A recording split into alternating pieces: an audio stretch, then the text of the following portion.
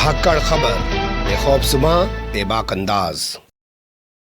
धाकड़ खबर के न्यूज़रूम से मैं आपके साथ हूं अकरम रईस खान। अपने घर के भीतर सामूहिक नमाज पढ़ने वाले मुसलमानों पर कल मुकदमा करने वाली उत्तर प्रदेश के मुरादाबाद जिले की पुलिस ने आज यू टर्न ले लिया है। जी हां, गौर से सुनिए, थोड़ा ध्यान से सुनिए। उत्तर प्रदेश के मुरादाबाद जिले की उस पुलिस ने आज यू टर्न ले लिया है। पूरे मामले को निराधार बताते हुए बंद कर दिया है जो कल तक मुसलमानों के सामूहिक नमाज पढ़ने को अपराध बता रही थी, उनके खिलाफ आपराधिक मुकदमा दर्ज कर रही थी और उनकी जल्द ही गिरफ्तारी करने के दावे कर रही थी। पुलिस के इस यूटर्न से कई तरीके के सवाल पैदा हो गए हैं, जिनके बारे में आपको भभकू मीडिया और उसके दलाल चाटुकार दंगाई पत्रकार नहीं बताएंगे, लेकिन हम बोलती हुई तस्वीरों की ज़बानी पूरी कहानी उन सवालात के साथ आपके सामने रखने जा रहे हैं। लेकिन उससे पहले आपको बता देते हैं कि इस खबर को लेकर कल भी हमने एक रिपोर्ट की थी। अगर आपने हमारी वो रिपोर्ट नहीं देखी है, जिसमें हमने एसपीआरए संदीप कुमार के बयान के आधार पर जो सवाल पुलिस पर खड़े हो रहे हैं उनसे आपको रूबरू कराया था, साथ ही जो एफआईआर दर्ज कराने वाला चंद्रपाल है उसके बयान के बाद किस तरीके के सवाल खड़े हो रहे हैं उनसे आपको रूबरू कराया था। अगर आपने हमारी वो रिपोर्ट नहीं देखी है तो उसका लिंक डिस्क्रिप्शन में लगवा देते हैं, उसका लिंक आई बटन में लगवा देते हैं, या आप लोग हमारे चैनल के वीडियोस में आकर भी उस खबर को देख सकते हैं। बात कर लेते हैं आज के ताजा हालात की।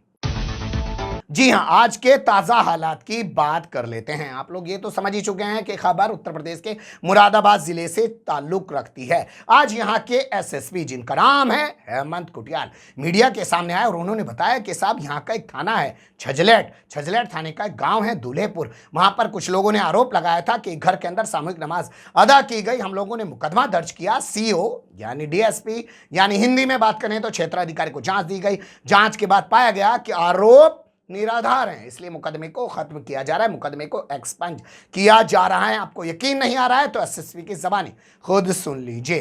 ग्राम दुल्हेपुर में गांव वासियों द्वारा प्रमुख चंद्रपाल आदि ने सामूहिक नमाज को लेकर शिकायत करी थी कुछ लोगों की, और उस पर प्राथमिक सूचना दर्ज हुई थी।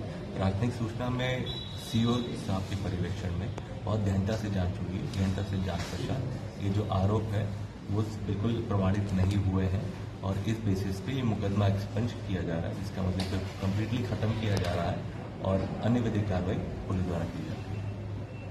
सुन लिया आपने। हालांकि एसएसपी की टोन वो वाली टोन नहीं दिखाई दे रही है जिस तरीके की टोन मुकदमा दर्ज करते समय यहां के एसपीआरए संदीप कुमार की दिखाई दे रही थी, जिनके बयान के बाद कई तरीके के सवाल पैदा हो रहे थे। लेकिन पहले आज के जो सवाल पैदा हो रहे हैं उनसे आपको रूबरू कराते हैं, फिर कल की कुछ चीजें निकालकर एक बार फिर से आपके सामने रखने की कोशिश करेंगे। जैसे पहला सवाल ये पैदा हो रहा है कि एसएसपी महोदय हेमंत कुटियाल जिम्मेदारी के साथ धाकड़ खबर ये सवाल आपसे पूछ रहा है और इसका जवाब दीजिए कि अगर ये मामला फर्जी था तो फर्जी मुकदमा लिखवाने वाले लोगों के खिलाफ आपने क्या कोई कार्रवाई की? सीआरपीसी 174 के तहत उन लोगों के खिलाफ उल्टा मुकदमा दर्ज किया जाना चाहिए जिन्होंने इस तरीके का एक झूठा मुकदमा लिखवाया और दो समुदाय के बीच नफरत का एक माहौल पैदा करने की कोशिश की, या धर्म विशेष के लोगों में दहशत पैदा करने की कोशिश की कि वो अपने घरों में भी नमाज नहीं पढ़ सकते हैं। उनके खिलाफ मुकदमा लिखा जाना चाहिए, उन पर एनएसए लगाना चाहिए, यूएपीए लगाना चाहिए, उनके घरों पर बुलडोजर चलाना चाहिए, सड़कों पर उनके होर्डिंग लगाकर उनकी प्रॉपर्टी को नीलाम करना चाहिए, जब्त करना चाहिए। लेकिन आप वो कार्रवाई नहीं कर रहे हैं, इसलिए सीधे तौर पे लग रहा है कि पहले डर के चलते आपने मुकदमा लिख दिया कि कहीं ऊपर से कोई लताड़ ना पड़ जाए, लेकिन जब मामला फैल गया तो शायद ऊपर की लताड़ के बाद आपने मुकदमे को एक्सपंज करने का फैसला ले लिया। वरना अगर आप ईमानदारी से काम करते तो उन लोगों के खिलाफ जरूर एक्शन लेते हुए दिखाई देते।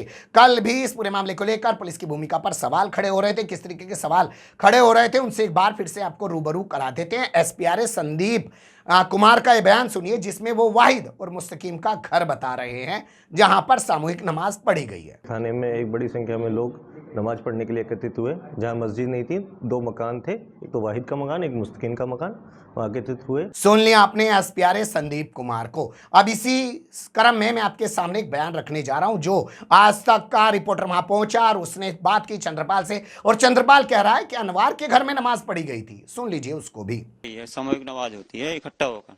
घर किसका होता है? वो अनवार हाँ। अब सोचिए, जिसके एप्लीकेशन पर मुकदमा लिखा जा रहा है वो कह रहा है कि अनवार के घर में नमाज पढ़ी गई है, और वहां का एसपीआर संदीप कुमार कह रहा है कि साहब नमाज पढ़ी गई है वाहिद के घर में, मुस्तकीम के घर में। सोचिए कौन सच बोल रहा है और कौन झूठ बोल रहा है। और इन दोनों को झूठा बताते हुए आज एसएसपी ने एक बयान जारी कर दिया और कहा कि पूरा मामला ही निराधार है और एक्सपंज किया जा रहा है। तो ऐसे में क्यों ना इस एसपीआरए के खिलाफ कोई सख्त कानूनी कार्रवाई यहाँ के एसएसपी को करनी चाहिए या सरकार को करनी चाहिए, क्योंकि ये वीडियो बताया जा रहा था कि पुराना है और अब इस वीडियो को वायरल कराकर एक माहौल बनाने की कोशिश की गई है। सवालों में अभी भी है मुरादाबाद पुलिस।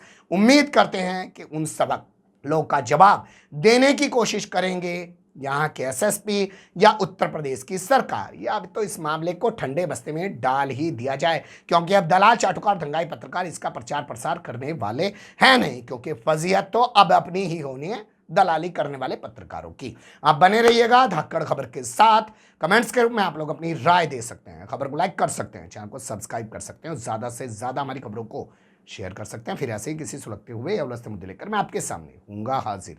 फिलहाल अभी मुझे दें इजाज़त।